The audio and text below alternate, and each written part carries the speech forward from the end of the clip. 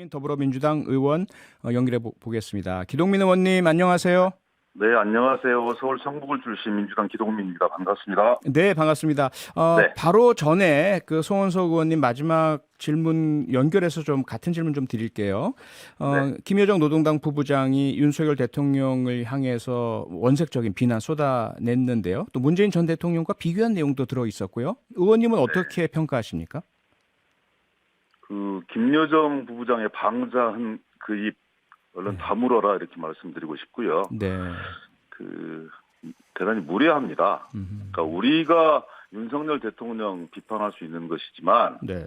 뭐 북쪽 사람들이 이래라 저래라 이렇게 얘기하는 거 참 듣기 힘들고요. 네. 당신들 일이나 잘해라 이렇게 아, 말씀드리고 싶습니다. 네. 다만 금방 송원석 의원님께서 대북 굴종 외교의 결과다 이렇게 말씀 주시는 건 대단히 좀 과하다. 네. 그걸 그렇게 연결시켜낼 것은 아니다. 음, 우리가 왜 북한의 뭐 최고 책임자나 아니면 그와 가까운 관계에 있는 사람들이 네. 이 시기에 이런 극언을 퍼붓고 있는 것인지, 이 극언이라고 하는 것이 반복적으로 진행되는 것이잖아요. 그래서 네. 그 거친 말에 주목하기보다는 그 속에 담긴 메시지가 뭐냐. 네. 그래서 이제 한반도 위기 국면을 어떻게 타개할 것인지 여기에 대해서 지혜를 모아야 된다고 저는 생각을 하고요. 네.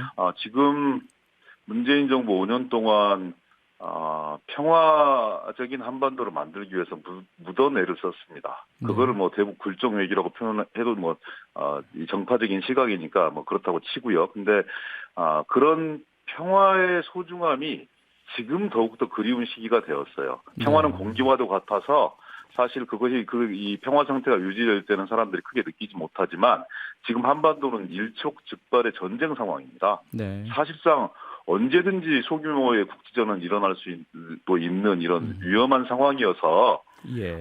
그 사람들의 어떤 이 거친 언사에 대응하는 것 플러스 한반도의 안정과 평화를 어떻게 담재할 것이냐. 힘으로는 어느 수준에서 담보할 수 있을 것이며 외교적인 측면에서는 어떻게 그걸 활용할 수 있을 것인지에 대한 네. 집권 여당과 대통령의 냉철한 지혜와 판단이 요구되는 시점이다 이렇게 말씀드립니다. 알겠습니다. 네, 어제 전격적으로 국회에서 여야가 합의했던 12구 이태원 참사에 대한 국정조사.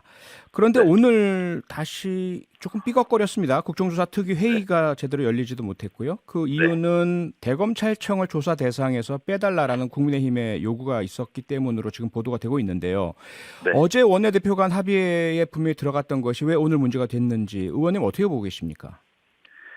저는 이제 불완전한 합의지만 여야가 진상규명과 책임자 처벌을 위한 국정조사, 네.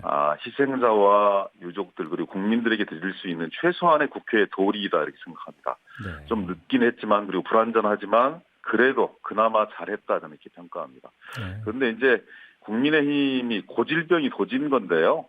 예전에도 보면 뭐 소위 말하는 검찰개혁법도 마찬가지고 네.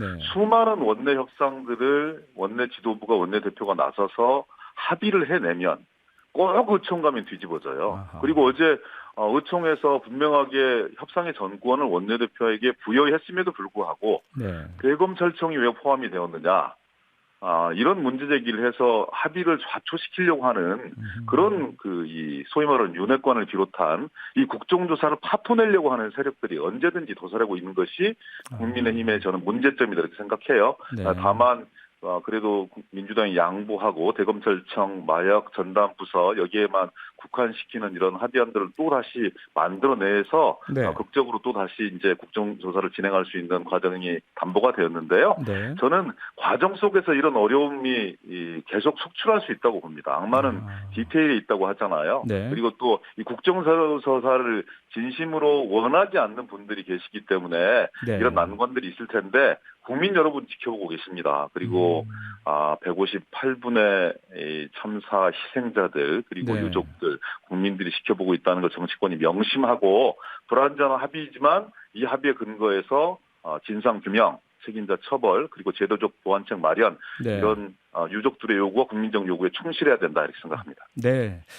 반대로 합의해서 대통령실 경호처와 법무부가 빠졌지 않습니까? 조사 대상에서. 네. 그런데 이제 네.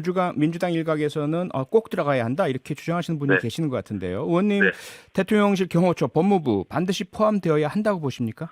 저는 뭐 당연히 해야 될 일이라고 생각합니다. 대통령실 경호처와 법무부는 네. 이번 사건에서 전혀 자유로울 수 없고요. 법무부 역시 29분의 외국인 희생자들을 위한 대책들을 마련하기 위해서 네. 검사장 두 분을 비롯한 이 대책본부와 대책반을 만들어서 운영해왔던 그런 과정들이 있고요. 네. 또 일각에서 마약 수사 올인하다가 이 서민의 안전, 실질적인 국민의 생명 이런 부분을 도외시한 거 아니냐 이런 비판적 시각이 있고 접근이 있습니다. 네. 그런 국민적 궁금증과 물음에 대해서도 당연히 이 법무부를 상대로 해서 추궁해야 된다고 생각하고요. 네. 또 한편으로 대통령실 경호실 실제로 이 대통령실 이전 과정 속에서 경찰력이 너무 집중되어서 소위 말하는 집중 과제의 1번이 용산 소위 말하는 이 관저에 배치가 되어지고 그리고 광화문에 배치가 되어지고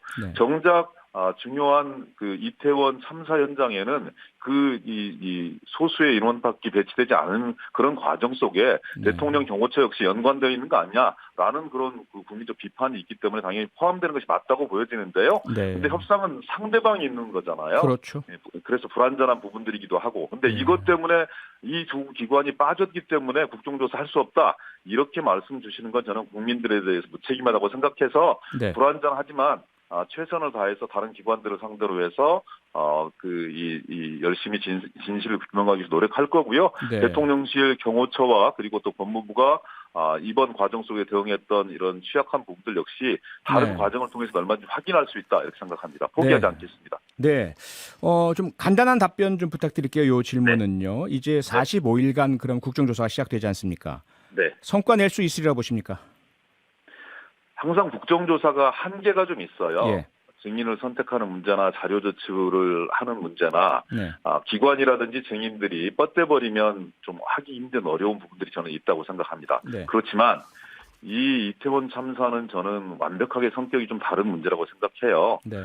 꽃다운 젊은 넋들 158분이 돌아가셨고 네. 또 그걸로 인한 청년들의 어떤 심리적 트라우마, 국민적인 심리적 트라우마가 얼마나 좀 강하게 생겨나고 있는 문제입니까? 이것을 제대로 된 진상을 규명하지 못하고 책임자를 처벌하지 못하고 우리나라의 국격에 맞는 이런 이 제도 보완책들을 마련하지 못한다면 저는 대한민국 정말 이 세계 앞에 자격 없다 이런 평가를 받을 수도 있다고 생각합니다. 그래서 네. 저는 해당 기관이나 증인들 그리고 자료 제출 이런 부분들 역시 국민적 압력 속에서 성실하게 협조할 수밖에 없을 것이다. 꽤 알찬 국정조사가 될 것이다. 이렇게 단언합니다. 네. 민주당 관련 질문 좀 드리겠습니다. 이재명 대표에 대한 직접 수사가 검찰에 의해서 이제 시작이 됐는데요. 그러다 보니까 민주당 당내에서 조금 비판적 목소리들이 나오고요. 이재명 대표의 정치적 책임 이야기도 나오고 있습니다. 의원님께서는 현재 민주당과 이재명 대표가 현재 검찰 수사에 대한 대응 어떻게 해야 된다고 보십니까? 저는 윤석열 정권이 정말 무도한 검찰 정권이라고 생각합니다. 최소한의 공정과 균형, 형평성마저 무시하고 있습니다. 예전에 역대 어떤 정권도 이렇게 야당 대표를 일방적으로만 수사한 경우는 없었습니다. 최소한의 균형과 형평을 맞추기 위한 그런 노력들은 있었다. 근데 그것조차도 아예 깡그리 무시한 채 야당에 대한 편파적인 보복 정치 기획 수사를 진행하고 있다 이렇게 생각합니다.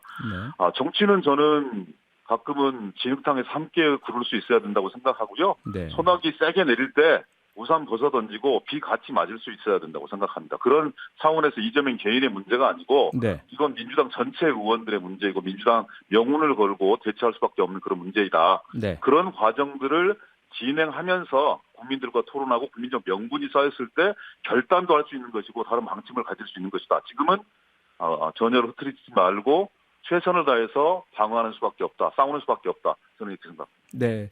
그러면 지금 일부 당내 쓴소리 하시는 분들은 잘못하고 계시는 거로 보십니까?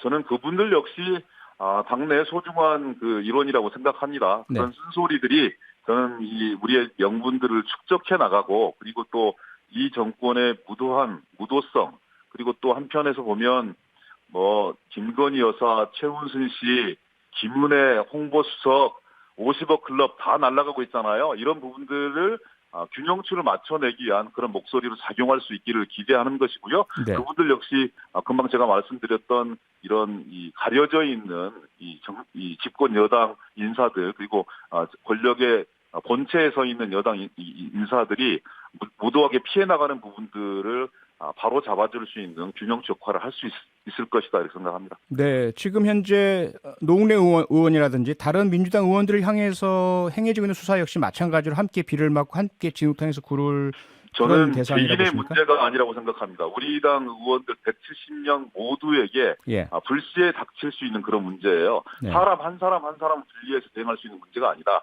이것은 정말 무도한 윤석열 정권의 정치 보복 기획 수사의 일환인 것이고 네. 그 대상으로부터 예를 들어서 기동민, 이재명 아니면 또 다른 사람들 역시 자유로울 수 없는 것이다. 그걸 노웅래가 어떻고 기동민이 어떻고 이재명이 어떻고 분리할 수 있는 문제 아니다 이렇게 생각합니다. 알겠습니다. 오늘 말씀 여기까지 듣겠습니다. 고맙습니다.